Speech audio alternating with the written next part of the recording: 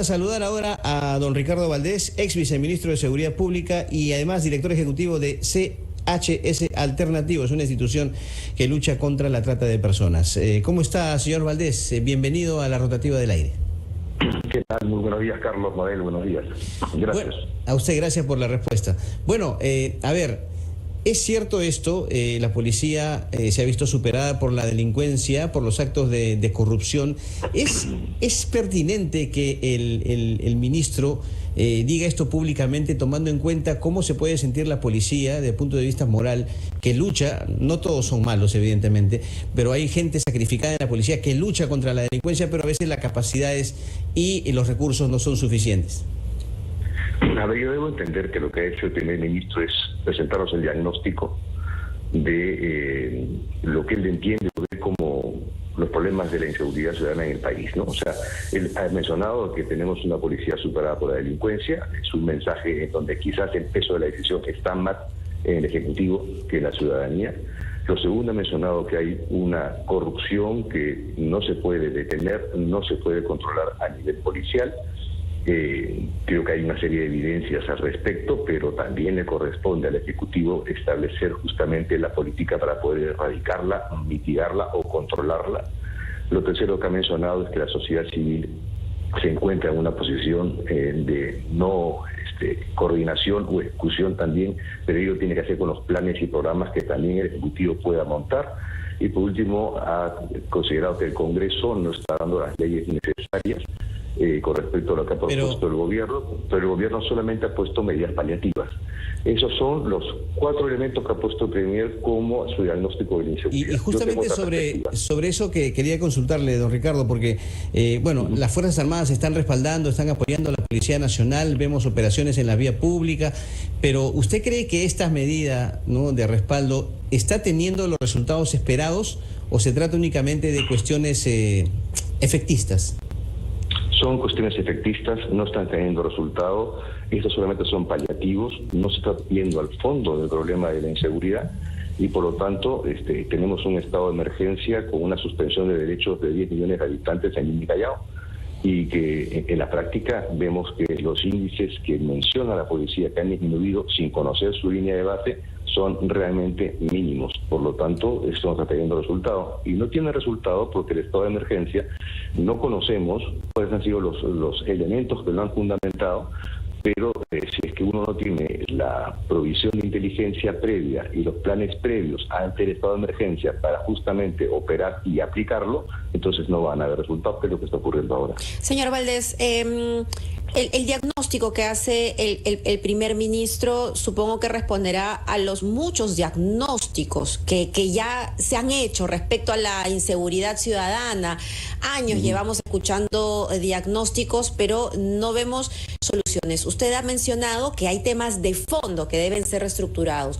¿Cuáles son? Si es que un gobierno realmente tiene la voluntad de cambiar esta situación y, como ha dicho el primer ministro, que seamos el país más seguro, ¿no?, de la región, porque eso es lo que él ha dicho, ¿en qué debería estar concentrado en este momento?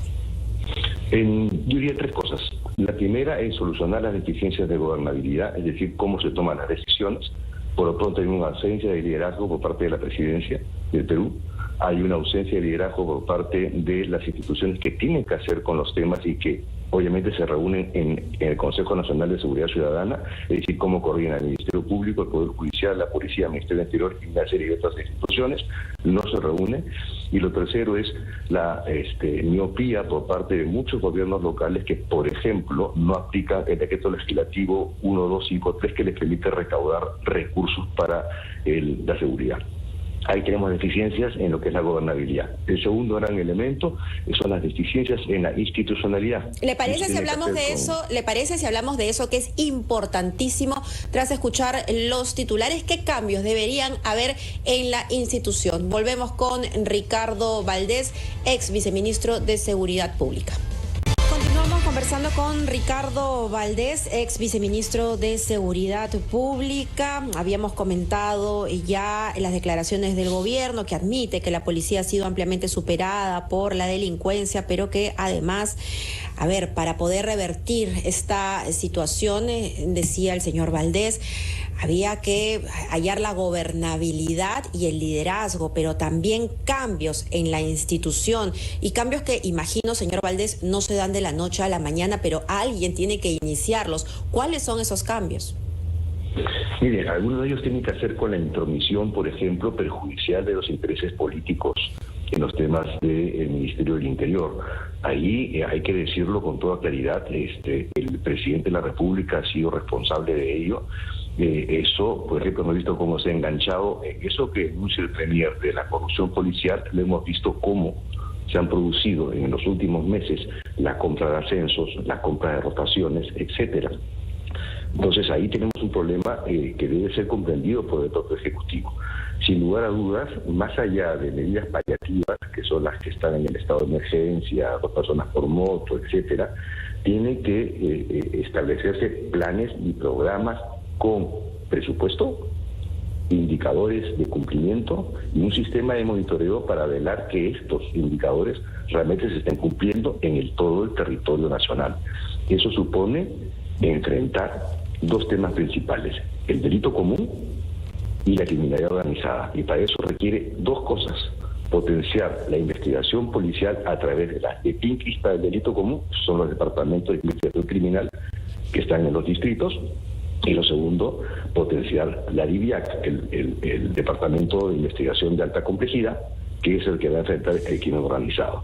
Ambos departamentos o divisiones o direcciones de la investigación criminal se han visto tremendamente perjudicadas por los intereses políticos, por la necesidad de controlar las investigaciones policiales que podían llegar a los dirigentes del partido de gobierno.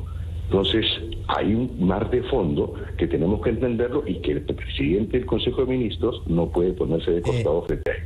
Don Ricardo, quería preguntarle cuál es su opinión sobre esta última denuncia que se ha conocido en torno a presuntos actos de corrupción policial en los paraderos informales, policías que al parecer cobran cupos a transportistas informales para que trabajen de manera libre. ¿Cómo se debe investigar este hecho? Porque hay también, obviamente, hay que decirlo, desconfianza en lo que puede darse como indagación. Mire, yo lo entiendo esto como una expresión de un sistema de corrupción al interior de la policía que obviamente existe, y esto lo hemos visto en diversas expresiones. Para ir no muy lejos, cuando inició la pandemia se iniciaron varios procesos de adquisición de equipos de protección personal que en síntesis dieron por resultado que cerca de 8 a 10 generales tuviesen que ser removidos de sus cargos por malos manejos administrativos.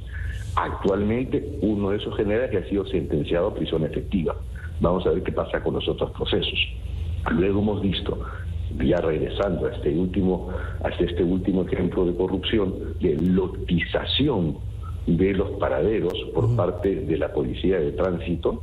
Vemos que eso también ha venido ocurriendo en cómo actúan las mafias. Las mafias actúan lotizando el territorio, por eso es que es importante el control territorial policial, pero el control territorial no corrupto.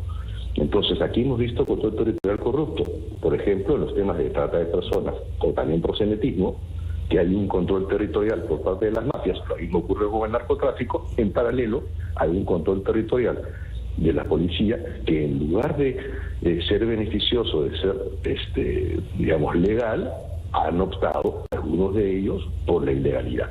Entonces ahí están ya las pruebas, ahí están las investigaciones periodísticas, ahí sí existe una policía que está dedicada a ello, y por eso mencionaba la DIVIAC. La DIVIAC, prácticamente la mayor cantidad de operativos que se hicieron, mire, para decirle concretamente, los primeros 100 operativos que hizo la DIVIAC entre 2016 y 2017, se detuvieron a más de medio centenar de policías involucrados, también jueces y también fiscales, pero a más de medio centenar de policías involucrados. Hay necesidad de tener un ajuste importante en lo que es la DIRIN, que es la Dirección de Inteligencia, que ve la contrainteligencia, es decir, de qué manera ha sido insertada la criminalidad dentro del aparato policial.